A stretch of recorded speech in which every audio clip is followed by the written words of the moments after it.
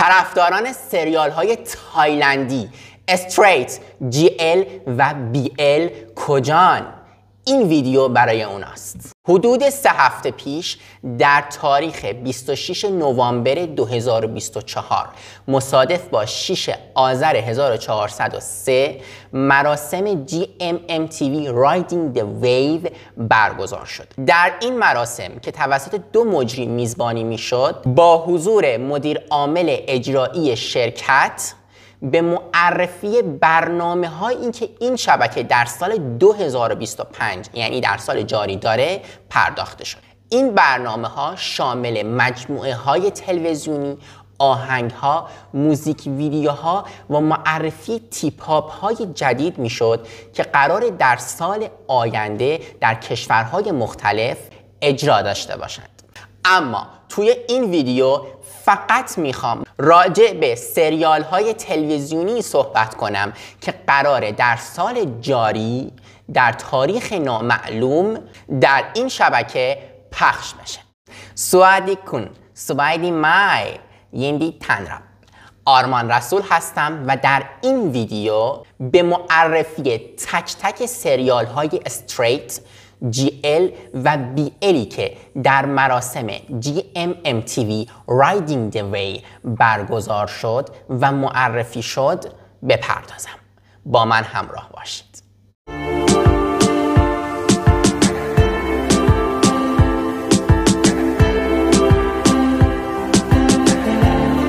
وقتی مراسم شروع شد تمام طرفداران این شون داشت تون میزد تا اینکه اولین سریال معرفی شد. دوستان عزیزم، به کانال من خیلی خوش اومدین. قبل از اینکه بریم و معرفی و بررسی کامل اولین سریالی که در مراسم GMMTV Riding the Way 2025 برگزار شد رو انجام بدیم، لازمه که یک نکته ای رو خدمتتون عرض کنم. فیلم برداری این ویدیو تحت عنوان سریال های سال 2025 شبکه GMMTV شروع شد و پس از پایان فیلم برداری متوجه شدم که زمان ویدیو با ویرایش اولیه و بدون تدوین نهایی چیزی حدوداً 10 ساعت شده. حالا یه چیزی کمتر، یه چیزی بیشتر. و در زمان تدوین متوجه شدم که تدوینش به شدت سخت و زمانبر هستش. و از اونجایی که حدوداً 3 هفته است که از آخرین آپلود ویدیوم در یوتیوب میگذره و دیگه بیشتر از این صلاح نمیدیدم که کانالم بدون ویدیوی جدید بمونه، تصمیم گرفتم که هر کدام از این سریال ها رو در قالب یک ویدیو براتون منتشر کنم تا هم تدوینش برای من راحت تر باشه، هم کانالمون بدون ویدیو باقی نمونه و هم اینکه برای شما راحت باشه و بتونید پارت به پارت این سریال ها رو کامل ببینید. در این ویدیو به معرفی و بررسی کامل اولین سریال معرفی شده در مراسم میپردازم و بعد از انتشار این قسمت در یوتیوب ویدیو رو هم در یک پلیلیست جدا قرارش میدم و هم به صورت پادکست در بخش پادکست ها اون رو منتشرش میکنم و از این به بعد از شروع ویدیوی دوم هر موقع که خواستید ادامه این ویدیوها رو مشاهده بکنید باید یا به پلیلیست مربوطه مراجعه بکنید یا به بخش پادکست ها که با همین عنوانی که اول ویدیو بهتون گفتم براتون کاملا قابل مشاهده خواهد بود. حتما سابسکرایب، لایک و کامنت این ویدیو و ویدیوهای آینده فراموشتون نشه. درسته که حالا این ویدیوها به صورت چند پارت بهتون ارائه میشه حتی در قالب اون پادکست، اما نگران نباشید، خیلی منتظرتون نمیذارم و حداقل هر 2 روز یا حد اکثر هر 3 روز یک بار در طول مدت حداقل چند روز، نهایتاً 60 روز تا آخر این ویدیو رو میتونید مشاهده بکنید. بریم که اولین قسمت این پادکست یک پارچه رو با هم مشاهده کنیم.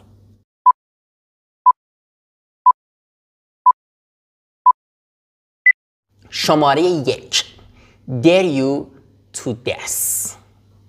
Dare you to this یا جرأت داری بمیر. ژانر این اثر هیجانی، معمایی و عاشقانه ذکر شده.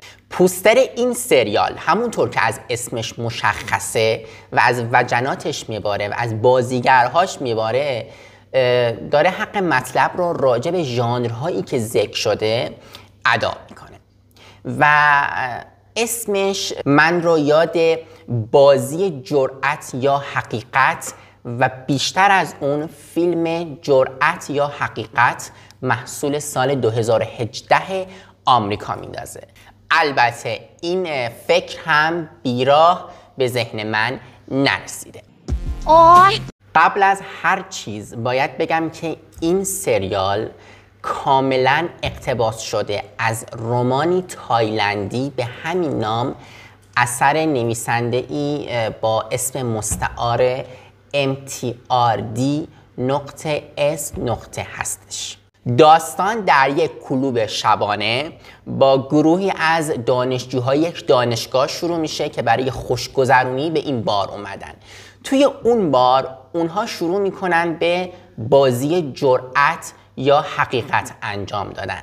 اولین سوال بازی از طریق دختری گفته میشه که خودش پیشنهاد دادن این بازی رو به گروه دانشجوها داده بود. اون هم از پسری به نام جی میپرسه که جرأت یا حقیقت، و با سنگدلی ازش میپرسه که چرا تو خیلی با برادرت همراهی نمی کنی. فردا صبح پلیس به محل کلوب میاد و با جسد یکی از دخترهایی که داشته در همون محل بازی جرأت و حقیقت انجام میداده روبرو میشه. سروان به محل حادثه میاد و با اولین بازیگر نقش اصلی روبرو میشیم و ما بازرس میدن. یکیشون میگه که اون دختر، یعنی دختری که مرده، فای، که به نظر میرسه نامزد هم داشته و نامزدش هم در کنارش بوده، نوشیدنی خیلی خیلی خیلی زیادی خورده. یعنی نوشیدنی های خیلی قوی رو با هم دیگه ترکیب کرده و خورده و اون یک دونه شاهد احساس میکنه که آیا ممکنه به خاطر این نوشیدنی ها اون فوت کرده باشه. دختر پرروی دیگه ای که بازرس ازش بازجویی میکنه همون دختری که با بیرحمی اون سوال جرأت یا حقیقت رو از پسر جی میپرسه و اون هم مدام داره گریه میکنه و میگه که ما فقط داشتیم بازی جرأت و حقیقت میکردیم، چرا اون باید به خاطر این بازی بمیره. در همین حال و احوال ها دختر دیگه ای هم از طریق نوشیدنی فوت میکنه و میدونم شاید تا الان فکر کرده بودید یکی از قاتل ها ممکنه یکی از همون دانشجوها باشه یا اینکه به خاطر بازی جرأت و حقیقت اینها مردن، ولی همچین چیزی نیست. در اصل اون دختر فای به خاطر همین نوشیدنی فوت کرده که انگار مسموم شده. اما در همین حال و احوال ها مشخص میشه که دختر دیگه ای هم در همین کلاب بارهای نزدیک و اطراف با یک نوع نوشیدنی مسموم شده و یک جرقه‌ای در ذهن بازرس ایجاد میشه. خب حالا ما هممون میدونیم که این سریال یک سریال BL هستش، تماما که نمیشه گفت تقریبا، یعنی 99% این سریال BL هستش و باید دید کجا این سریال قراره جرقه BL خودش رو نشون بده. نقش سروان رو که اسمش جید هستش بازیگر جون آرچن ایدین بازی میکنه و در این نقش آدم به شدت پررویی هستش. در همون حال و احوالی که با بازرس روبرو میشه بیننده اول فکر میکنه که شاید این داره بازرس ها رو میپرونه از توی ایستگاه پلیس، اما همچین چیزی نیست. این آدم داره تیک میزنه با بازرس خواهد باش لاس بزنه و توی یکی از صحنه ها بازرس رو دعوت میکنه به خونش تا بیاد توی خونش و با اون زندگی بکنه. هرچند که خب این فعلا تیزر هستش، ما چیزی از داستان نمیدونیم خیلی، ولی به نظر من این کارو نمیکنه. این بازرس نمیره توی خونه اون، شاید البته شایدم بره، مشخص نیست، چون دو تا قسمت‌های مختلف دارن که یکی نشون میده داخل یک خونه‌ای هست که دیگه‌اش نشون میده که داخل ایستگاه پلیس هست. شاید میره خونش بعداً پشیمون میشه که در ادامه بهتون میگم، شاید هم بعداً که پشیمون میشه میاد و میره توی ایستگاه پلیس زندگی میکنه چون جایی نداره بره، تازه اومده به این شهر. زمانی که سروان از بازرس که اسمش خامین هستش درخواست میکنه که به خونش میاد، از کلمه جرأت استفاده میکنه. یعنی یک المانی هست که به هم اسم سریال داره، به بازی جرأت حقیقت، و این خیلی جالب، نقطه قوت این سریال هست و میگه که من جرأت میکنم و ازت درخواست میکنم که بیای و توی خونه من زندگی بکنی، حالا که تازه به این شهر اومدی و جایی نداری که بریم. از قرار معلوم خامین به خونه جید میره و اونجا وقتی که داره روی پرونده کار میکنه، جید میاد و با بالاتنه برهنه و یه حوله که روی شونه‌هاش انداخته میاد و شروع میکنه به تیک زدن که دوست داشته باشم با تو صحبت میکنم. خامین بهش میگه یعنی جاهامون رو عوض کنیم. این صحبت راجبه عوض شدن جایگاهی که خورده منو توی شک میندازه. خب باید دید که کدومشون الان عاشق هستن، کدومشون معشوق. از این اصطلاح استفاده میکنم. توی این نگاه اول به نظر میسه که خامین، نه ببخشید، به نظر میرسه که جید اون فرد عاشق هست، نقش عاشق رو بازی میکنه و همینطور هم هست و تا آخر فیلم هم این احساس رو به من میده. البته تا فیلم و سریال رو کامل نبینیم متوجه نمیشیم، ولی این احساس برای من وجود داره که جید نقش عاشق و خامین نقش معشوق رو بازی میکنه. اما این دیالوگ که میگه یعنی ما باید جایگاهمون رو عوض کنیم حالا که داخل خونه هستیم، یک خورده نظر من رو ممکنه عوض بکنه، منو به دو شک بندازه، ولی فکر نمی کنم. باز هم با این وجود من احساس میکنم که جید نقش عاشق رو بازی میکنه. در طی تحقیقات بازرس و سروان با همدیگه متفق القول میشن که قاتل جایی که مواد خریده و با استفاده از اون حالا آدم رو به قتل رسونده پیدا میکنن و با هم دیگه میرن اونجا و اینجا یک سری المان ها جید هستش و در اینجا اون نقش حالا دوست پسرش رو براش بازی میکنه تا بتونن از کسی که اون مواد رو که قاتل ازش گرفته پیدا بکنن و همون مواد رو براشون بیاره گول بزنن. در همین حین البته بگم با وجود این که در تحقیقات داره این المان ها و عناصر اتفاق میفته، اما جید داره از همین عناصر استفاده میکنه تا خامین رو گول بزنه، باش تیک بزنه و به سمت خودش بکشونتش. همون شب یک قتل دیگه اتفاق میفته و بازرس یعنی خامین به این نتیجه میرسه که این قتل ها کار یک قاتل سریالیه. نوع گرافیک داستان و طرز چینش کلمات در وسط تیزر قطعاً من رو یاد سریال درام جنایی دونده است الیسا میندازه.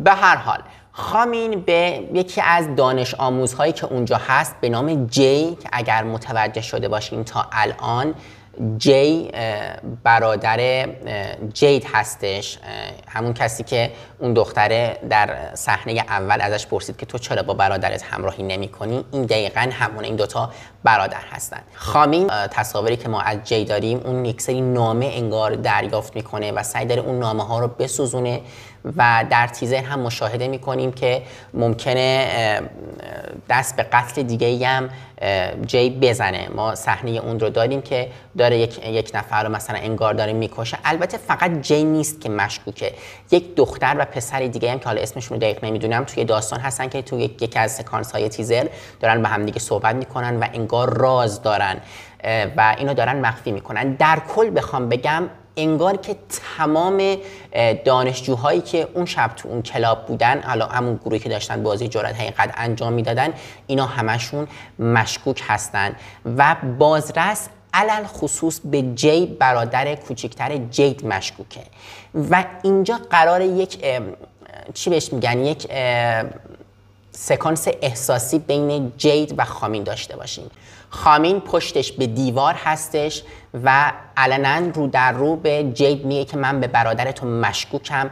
جید انگار اولش یه خورده عصبی میشه، عصبی طور میشه که تو به چه حقی و به چه جرأتی به برادر من مشکوکی و خامین هم جواب خیلی قشنگی میده که آره من به هر کس حتی خانواده هم اگه باشه مشکوک میشم و این کار منه، من کارم رو از احساساتم جدا میکنم. اینجا ممکنه فکر کنیم خب قرار نیست اون حالت حس بی ال شکل نه که شکل نگیره، اون حس حالا موضوع بی ال شکل میگیره، اما بحث اینه که آیا جید کسی که اون همه حالا تیک زد با خامین هنوز هم بعد از گفتن این حرفی که از سمت خامین میشنوه باز هم میتونه دوست داشته باشه حداقل جید رو و ما در یک سکانس انتحاری که در همین سکانس باشه ببینیم که خامین جید رو عذرخواهی میکنم جید خامین رو میبوسه و کلا من مغزم یه خورده منفجر شد، چون با وجودی که به برادر خودش تهمت زده بود که آره من بهش شک دارم ولی اون باز اون رو میبوسدش و این یه نقطه قوت خیلی خوب توی داستانی که ما قراره در ژانر بی ال ببینیم. از سکانس های این تیزر ما جید و خامین رو داریم که توی تخت خواب دراز کشیدن و خامین توی حال هوای خودشه و جید میخواد به اون نزدیک بشه و در یک حرکت و عذرخواهی میکنم جید باهاش نتیجه گیری آیا من این سریال رو میبینم یا نه.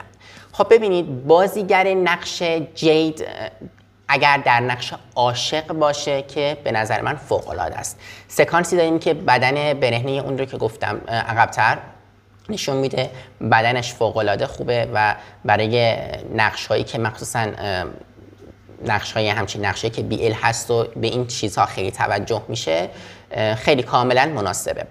و نقش خامین هم خوبه، یعنی من اگه بخوام از 100 نقش خامین رو بخوام اوکی کنم که نقشش رو دانک ناتاچای بوپراسرت بازی میکنه اون هم خوبه، بدکش نیست اگه بخواد در نقش معشوق بازی کنه اینجور که به نظر میاد خیلی هم خوبه. من کاملا راضی هستم از همه چیز سریال، راضی هستم از ژانرش، جنایت هایی که داره و نوع بازیگرها فوق العاده عالی هستش و حتی محوریت اصلی داستان که بی ال هم باشه، چیزهایی که دیدیم راجع به خود بازیگر جید، حرکت هایی که میکنه، نوع تیک زدن هایی که انجام میده و حالا بوسه هایی که انجام میده و نزدیکی هایی که با خامین میخواد برقرار بکنه همش فوق العاده است و میتونه شما رو به عنوان یک بیننده ارضا بکنه و من اگه بخوام این سریال رو ببینم آیا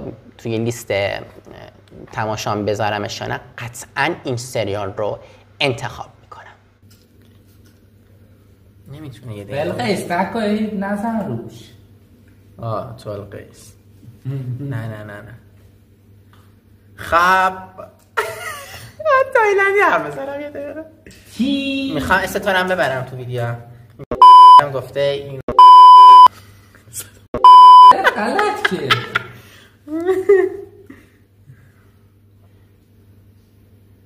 من نمیدونم چجوری اینا این من رو ایمیل هم شروع شد. من یه انداختم پشت سرم وای نمیتونم به من نمیه ای کلاو.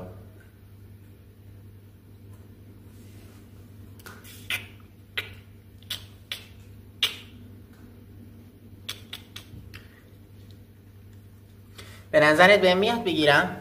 نه این به من میاد قبولش کن. نمیاد؟ به قد کوتاه نمیاد بزن. بر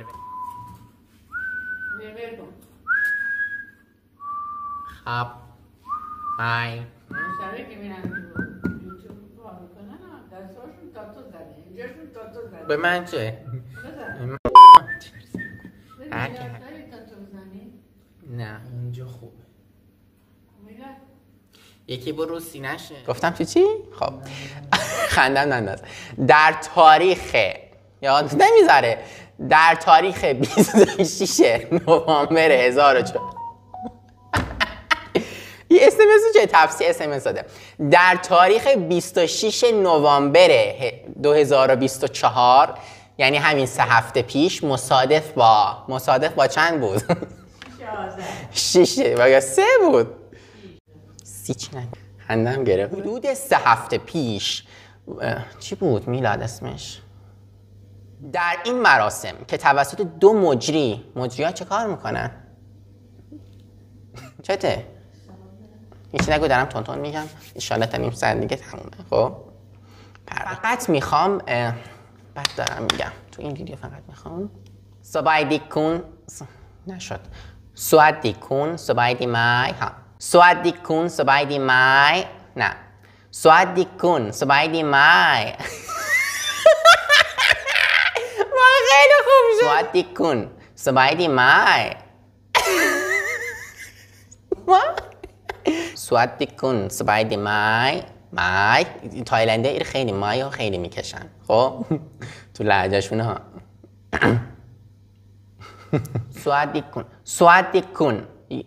سوادیکون سوایدی مای این دیت هندم مرز مرگ صدا نده برو گم شو سوادیکون سوادی مای گیندی تن رب آرمان رسول هستم با این تدر سگ صدا میده ساکت بارو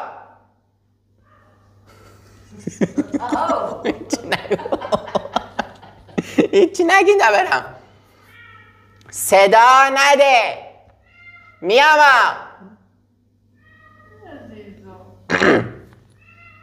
میگم صدا نده وای میلک یه خبر والت من ای رو بگیرم این تیکو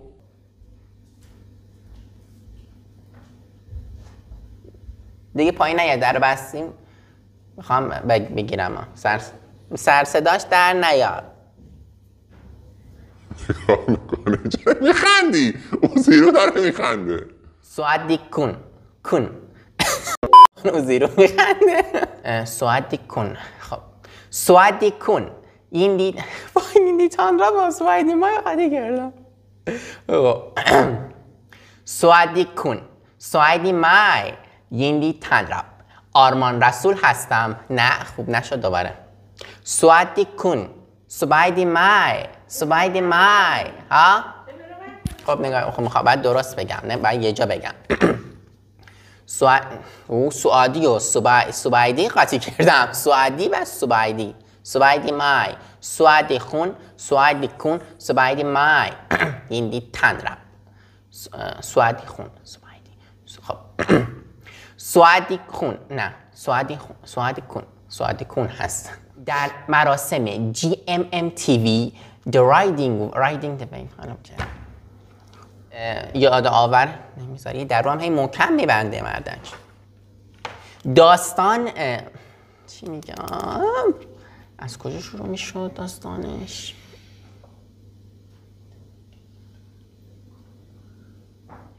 وای اشتباه گفتم اسمشو جید بود؟ چی؟ جید بود جی ها و اینجا صحنه کات میخوره بعد دارم میگم اینقدر در دادم یکی از همون 5 تا گاز میزنم